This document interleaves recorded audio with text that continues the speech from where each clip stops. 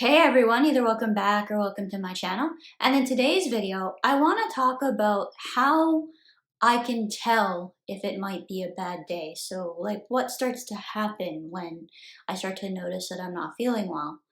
So before I get into any more details, time for the intro. Back in 2018, I was diagnosed with IIH. IIH is short for idiopathic intracranial hypertension.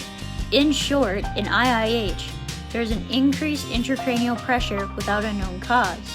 IIH is known by two older names, pseudotumor cerebri and benign intracranial hypertension. Living with IIH is very hard to explain to others, as it can be hard to tell when I'm not feeling well. My hope is that through these videos we can learn together and help make relationships better through a better understanding.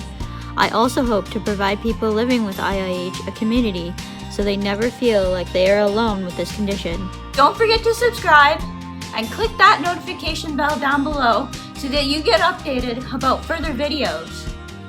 I upload new content every Monday and Thursday afternoon. Bad days for me can start out bad, or they can be fine, and then a few hours into the day and I start not feeling well, start getting a headache, start getting very tired, and it can turn a relatively good day into a bad day. So because my symptoms are quite inconsistent sometimes, usually the full day is not a write-off, but sometimes it is, if that makes any sense. I just want to describe some of the symptoms that I start experiencing when I have a bad day. These symptoms could be either migraines or IIH headaches. I'm not going to try and separate the two because I've done videos on that before. Okay, the one part I will say when I can tell it's probably a migraine is black spots start appearing on my vision.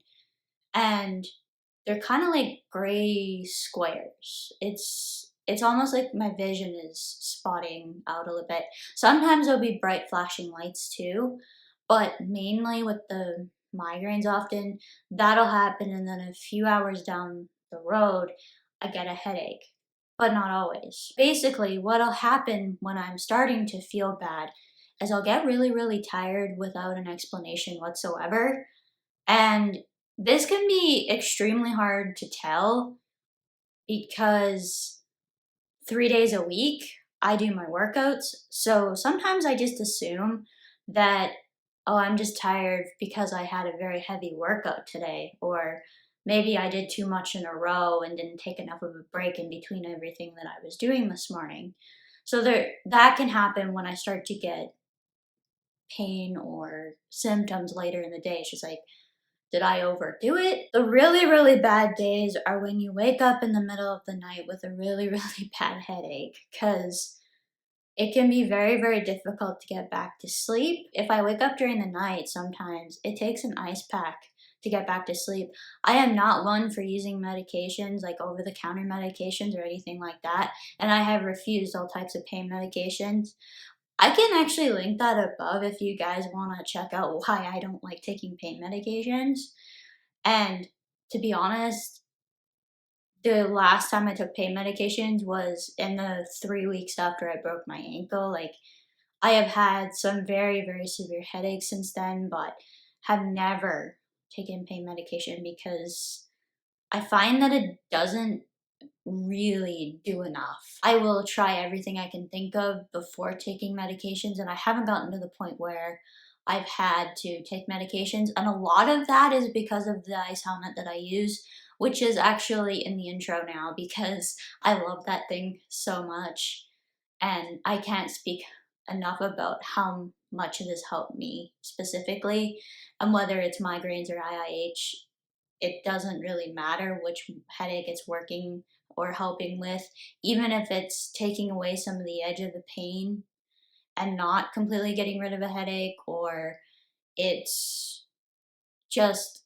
helping basically make me more comfortable while a headache is happening, then in my opinion, it's doing its job. The pain is quite severe with IIH. Something to take the edge off is extremely helpful, and to be honest, I don't like to be anywhere without my headache helmet because you never know when you're gonna get hit by a headache, and that seems to be the thing that I like to use the most. If I get the pulsing in my ear, that's how I know it's gonna be a really, really bad headache, because it's not happening very often and it never has. But when that pulsing starts to happen, it gets very, very hard to concentrate on anything but the pulsing in your head. If I start to get my headache later at night, so let's say 7:30, 8 o'clock, I usually will go to bed at that point. The headaches at night can be the reason why sometimes I'm in bed earlier. So if I happen to get a headache later in the afternoon, which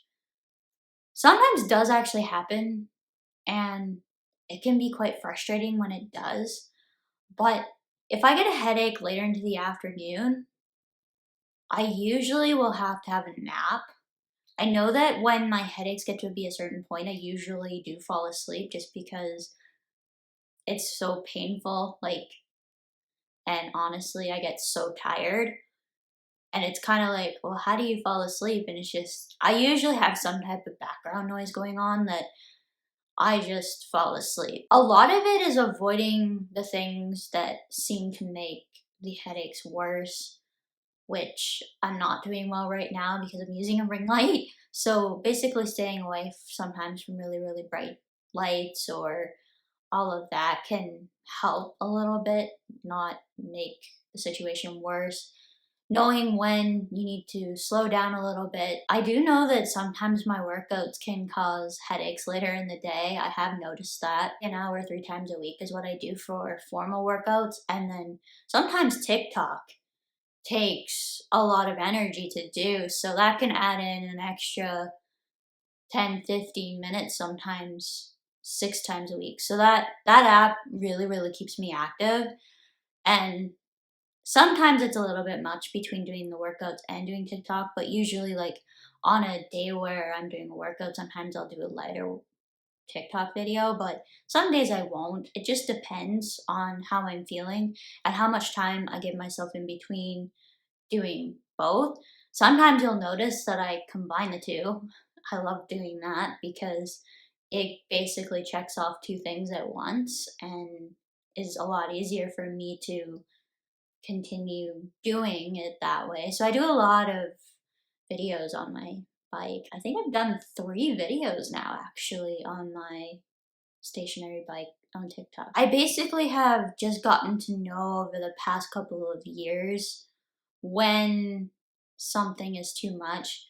Like I said, I'm one of the worst people for doing too much at once. You'll notice I start to slow down. I might look a little bit tired when it starts to happen. I might not though. You might not be able to tell unless you're around me all the time. The rest of it though is like it's not easy for other people to tell when I'm not feeling good. I'm gotten to the point where I'm quite good at hiding it, and unless I'm really, really having trouble with the symptoms, it's very subtle, I think, as to how I'm doing and what I'm experiencing. And IIH is so subjective. If you have any questions or comments, feel free to leave them down below.